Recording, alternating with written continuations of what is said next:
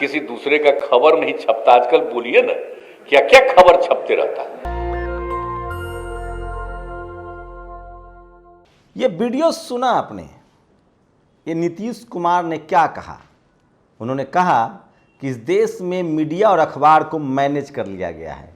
दिन भर अलबल दिखाया जाता है, कुछ भी दिखाया जाता है, सब कुछ मीडिया के दम पर हो रहा है। काम कुछ हो नहीं रहा है, मीडिया को मैनेज किया जा रहा है। दूसरी बड़ी खबर अखिलेश यादव की। आज विधानसभा में उन्होंने जमकर सरकार को सुनाया। कहा कि कोई आपका विरोध कर देगा तो आप उस पर बम लगा देंगे, बम के आरोप में जेल भेज देंगे। नमस्कार, मैं शंभू कुमार सिंह और आप देख रहे हैं नेशनल दस्तक। आज की राजनीति में 3 बड़ी खबरें हैं।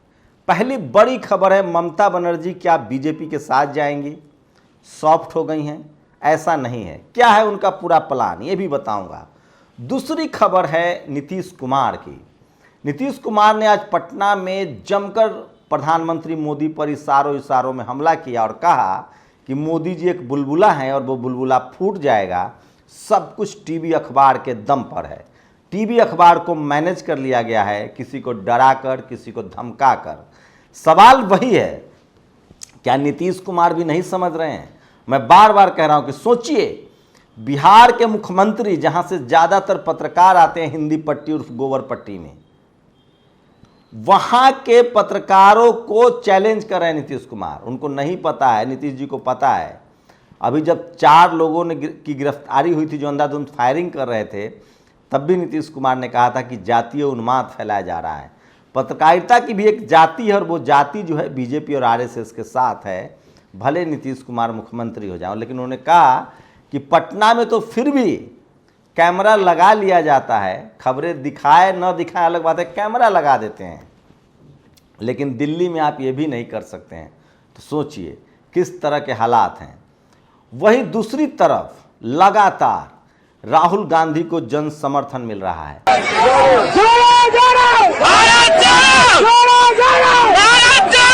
175 किलोमीटर से ज़्यादा का वो सफ़र तय कर चुके हैं और 4000 के लगभग 4000 किलोमीटर का सफ़र, 150 दिन का सफ़र है। लेकिन जिस तरह से राहुल गांधी को समर्थन मिल रहा है, उससे साफ है कि जब ये यात्रा अपने चरम पर होगी, जब 3000 किलोमीटर का दायरा पार कर जाएगा, कल्पना कीजिए जब यात्रा बुलंदशहर में आएगी, जब यात्रा कर्नाटक में होगी, जब यात्रा राजस्थान में होगी, जब यात्रा यूपी के बुलंदशहर में आएगी, तो क्या हालत होगी।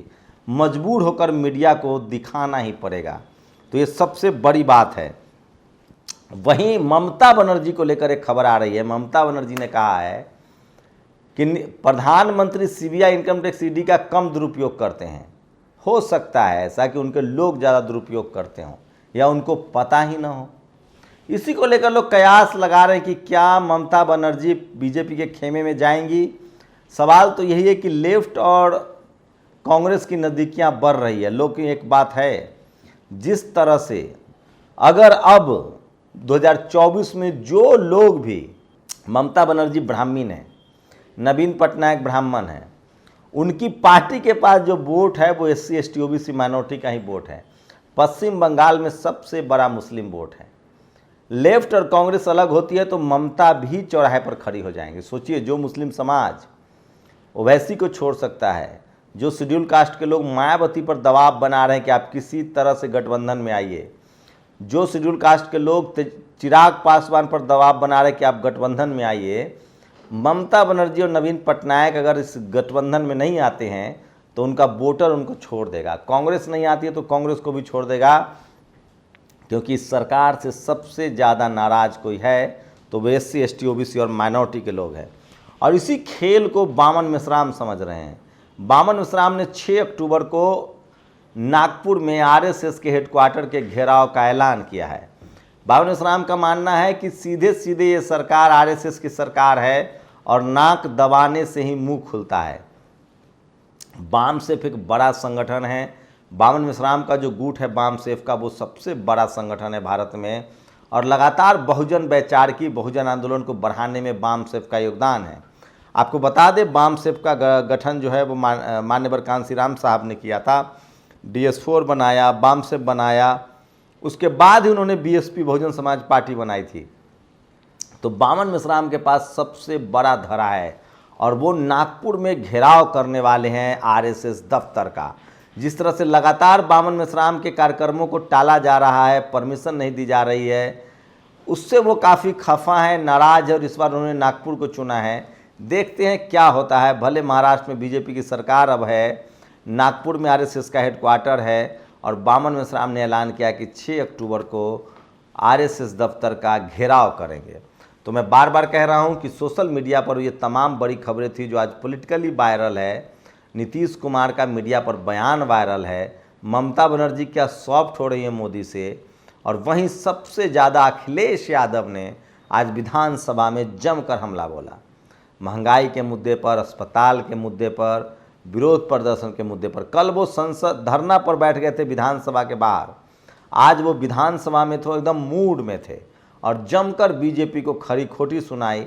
सोशल मीडिया पर उनका वायरल क्लिप, वीडियो जो है वो वायरल हो रहा है। तो एक बात तो तय है कि जब से नीतीश कुमार ने बीजेपी का साथ छोड़ा है, राहुल गांधी ने भारत जोड़ो यात्रा शुरू की है, लगातार लोग खुलकर बोलने लगे हैं। और सबसे बड़ा हमला तो बीएसपी सुप्रीमो मायावती ने किया है। जिस तरह से प्रयागराज इलाहाबाद यूनिवर्सिटी में कल एक छात्र ने पेट्रोल छिलक लिया था, हम तस्वीरें नहीं दिखा सकते हैं। 400% फीस बढ़ोतरी कर दी गई है, 900 का 3600, 4000 कर दिया गया है। उसके बाद बीएसपी सुप्रीमो मायावती ने सरकार पर हमला बोला और कहा है कि ऐसे समय में जब महंगाई, बेरोजगारी चरम पर है और ख़ासकर इस प्राइस हाइक से जो सरकारी फ़ी बढ़ाई गई है स्कूल कॉलेज की, उससे बहुजन समाज और गरीब लोगों पर सबसे ज़्यादा असर होगा। तो मायावती जी अपने पुराने तेवर में आती हुई दिख रही हैं और लगातार सोशल मीडिया के जरिए सरकार से सवाल पूछ रही हैं। तो ये आज की कुछ बड़े खबरें थी। जाते जाते अखिलेश यादव का ये वीडियो सुन लीजिए जिसमें वो कह रहे हैं कि योगी जी अगर कोई आपको काला झंडा दिखाएगा तो आप उस पर फर्जी केस करवा देंगे, ये ठीक नहीं है। नौजवान ने काला झंडा दिखा, उसके ऊपर पुलिस से फर्जी बम दिखा करके जेल भेज दिया। आप लोग अपनी प्रतिक्रिया भी जरूर दीजिए। क्या नीतीश कुमार आर और पार की मूड में हैं? क्या ममता बनर्जी उस तरफ जाएंगी? और क्या सारे सवर्ण नेता बीजेपी के साथ चले जाएंगे? क्या ये ज़्यादा अच्छा नहीं होगा कि SC ST OBC माइनॉरिटी के लोग एक साथ हों, उनके वोटर एक साथ हों?